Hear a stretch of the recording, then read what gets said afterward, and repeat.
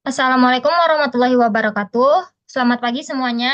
Sebelumnya, saya ucapkan terima kasih atas kesempatan dan juga waktu yang telah diberikan oleh Bapak Muhammad Zainuddin dan Ibu Dewi Junita, selaku dosen pada mata kuliah Prinsip-Prinsip Ekonomi dan Manajemen Bisnis. Pada kesempatan kali ini, saya beserta teman-teman akan mempresentasikan hasil diskusi kami. Sebelum itu, perkenalkan, saya Olivia Karenia selaku moderator pada presentasi kali ini. Saya Indira Farah Clarista. Saya Martin Nathan Firdaus Nebaho. Saya Faik Raihan. Saya Aliazil Izzati Fahmi.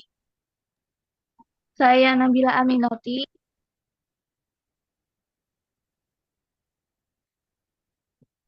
Pada kesempatan kali ini, kami akan membahas studi kasus mengenai krisis moneter yang pernah terjadi di Indonesia pada tahun 1997 sampai 1998. Namun, sebelum memasuki studi kasus kali ini, akan ada sedikit materi yang akan disampaikan oleh rekan saya. Kepada Alia, disilahkan. Baik, selanjutnya saya akan menjelaskan krisis finansial, stabilisasi, dan defisit. Krisis finansial adalah kondisi di mana masyarakat, pemerintah, dan bisnis mengalami kesulitan ekonomi yang serius, yang ditandai oleh penurunan tajam nilai aset, kesulitan dalam melunasi utang, dan penurunan likuiditas di lembaga keuangan. Pada situasi ini terjadi kepanikan di pasar yang mengakibatkan ketidakstabilan ekonomi secara luas. Lalu ada penyebab krisis finansial. Yang pertama itu aksi spekulasi. Yang kedua, turunnya nilai tukar mata uang, yang bisa disebabkan oleh beragam kemungkinan seperti pergantian rezim standar nilai tukar hingga arus modal keluar yang deras dari satu negara. Yang ketiga, instabilisasi situasi politik. Jika satu negara mengalami masalah seperti konflik antar golongan atau kudeta pemimpin, maka masyarakat merasa bahwa tinggal di negara tersebut dalam jangka panjang bukanlah ide yang baik. Akibatnya, mereka pun akan menarik seluruh aset-aset keuangannya di negara tersebut dan melarikannya ke negara lain yang lebih aman. Dan yang terakhir, kegagalan kebijakan ekonomi. Selanjutnya, stabilisasi. Stabilisasi adalah tindakan yang dilakukan untuk mencegah terjadinya lonjakan harga yang dapat meresahkan masyarakat setelah melakukan upaya pemantauan dan evaluasi perkembangan harga. Adapun manfaat stabilisasi yang pertama, memungkinkan kita menghindari biaya inefisiensi yang timbul akibat adanya kekakuan nominal. Yang kedua, mengurangi biaya inefisiensi yang disebabkan oleh inflasi yang menjadi pajak atas keseimbangan uang. Dan yang terakhir, menghindari dampak redistributif yang merugikan akibat inflasi. Lalu defisit. Defisit adalah berkurangnya anggaran belanja. Dengan kata lain, kondisi ini digambarkan sesuai dengan ketidakmampuan seseorang dalam mengelola keuangan pribadi maupun pengelola bisnis. Adapun cara mengatasi defisit, yang pertama, kurangi pengeluaran, awasi dan catat anggaran, miliki dana darurat, dan yang terakhir, tingkatkan dana pendapatan.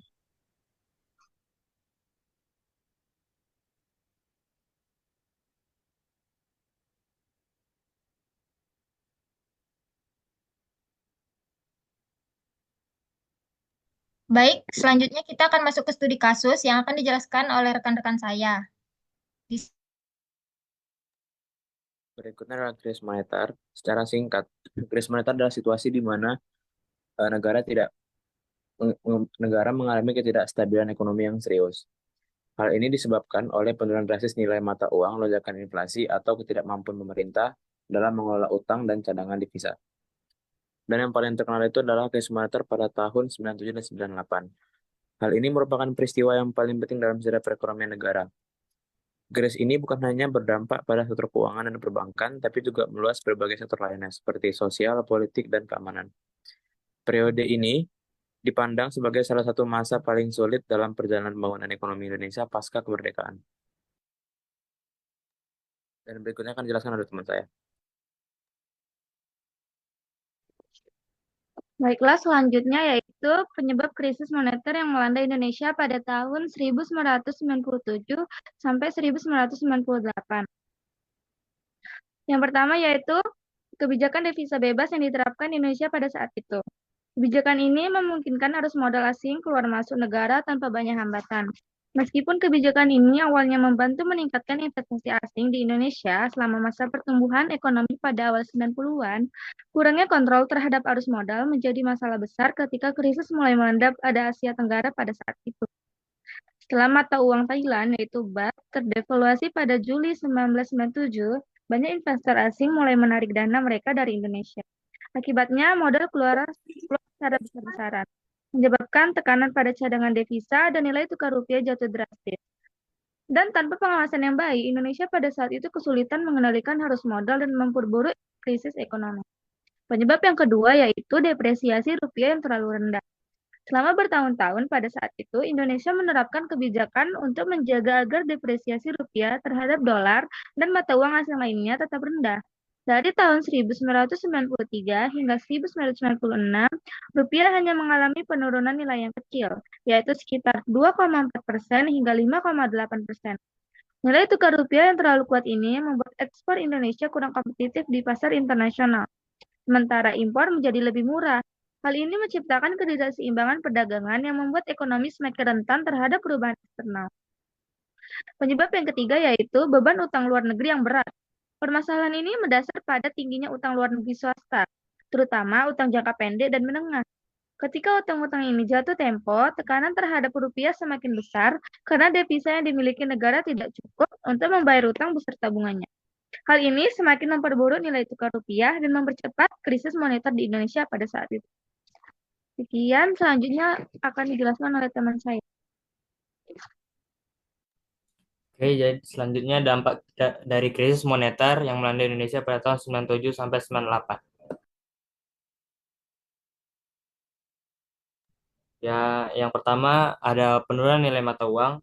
Ketika terjadi krisis moneter, kepercayaan terhadap mata uang lokal menurun. Ini menyebabkan depresiasi yang cepat terhadap mata uang asing, terutama mata uang kuat seperti dolar Amerika Serikat atau euro.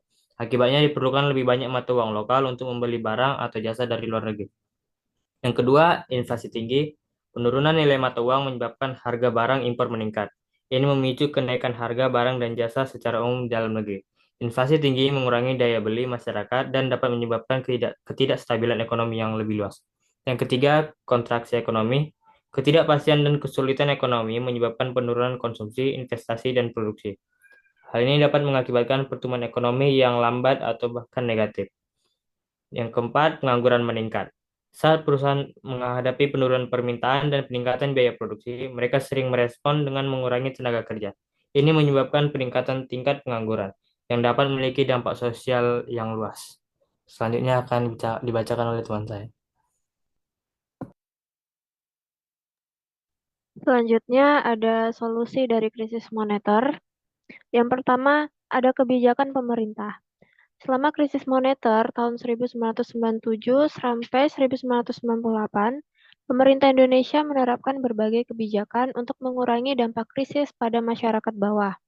Langkah utama tersebut merelokasi anggaran APBN dengan meningkatkan alokasi untuk program sosial dan subsidi kebutuhan pokok, serta mengurangi pembiayaan proyek infrastruktur yang kurang mendesak. Pemerintah memberikan subsidi untuk komoditas pangan pokok seperti beras dan juga minyak goreng, untuk menjaga harga tetap terjangkau dan membantu keluarga miskin. Akses kredit juga dipermudah melalui program kredit usaha rakyat dengan bunga rendah, serta dukungan bagi petani dan peternak berupa bibit unggul dan ternak yang disalurkan untuk meningkatkan produktivitas pertanian. Selain itu, program pelatihan keterampilan diluncurkan untuk membantu masyarakat yang kehilangan pekerjaan dan mendorong diversifikasi usaha. Kebijakan-kebijakan ini bertujuan untuk melindungi masyarakat bawah dan membangun kembali ketahanan ekonomi mereka. Selanjutnya ada kebijakan luar negeri. Selama krisis moneter ini, Indonesia bekerja sama dengan IMF dan Bank Dunia untuk mengatasi tantangan ekonomi. IMF memberikan bantuan keuangan dengan syarat restrukturisasi sektor finansial, penutupan bank yang tidak sehat, dan peningkatan pengawasan perbankan. Pemerintah juga menjaga stabilitas nilai tukar rupiah melalui intervensi pasar dan cadangan devisa, serta menerapkan reformasi ekonomi makro untuk mengendalikan inflasi dan mengurangi defisit anggaran. Sementara itu, Bank Dunia mendukung proyek pembangunan infrastruktur dan reformasi struktural. Kerjasama ini membantu Indonesia dalam memulihkan stabilitas ekonomi dan mengembalikan kepercayaan pada mata uang.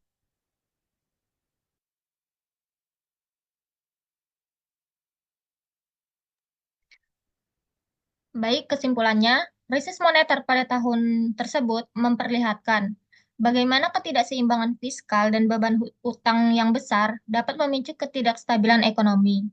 Kestabilan sektor keuangan menjadi rapuh akibat ketergantungan pada utang luar negeri dan lemahnya cadangan devisa. Stabilisasi ekonomi yang dilakukan oleh pemerintah dan lembaga internasional seperti IMF menunjukkan bagaimana krisis finansial membutuhkan respon cepat dan terukur untuk memulihkan stabilitas. Dan untuk mencapai stabilitas jangka panjang, pemerintah Indonesia harus mengendalikan defisit dengan mengurangi pengeluaran dan meningkatkan efisiensi fiskal. Krisis ini juga menyoroti pentingnya pengelolaan fiskal yang berhati-hati dan perlunya menjaga stabilitas sektor finansial untuk mencegah krisis berulang di masa depan. Sekian presentasi dari kami, dan kepada tim penyangga dipersilahkan. Dan yang untuk ingin bertanya, kami akan membuka 3 sesi pertanyaan saja. Terima kasih dan maaf jika ada salah kata. Saya akhiri. Wassalamualaikum warahmatullahi wabarakatuh.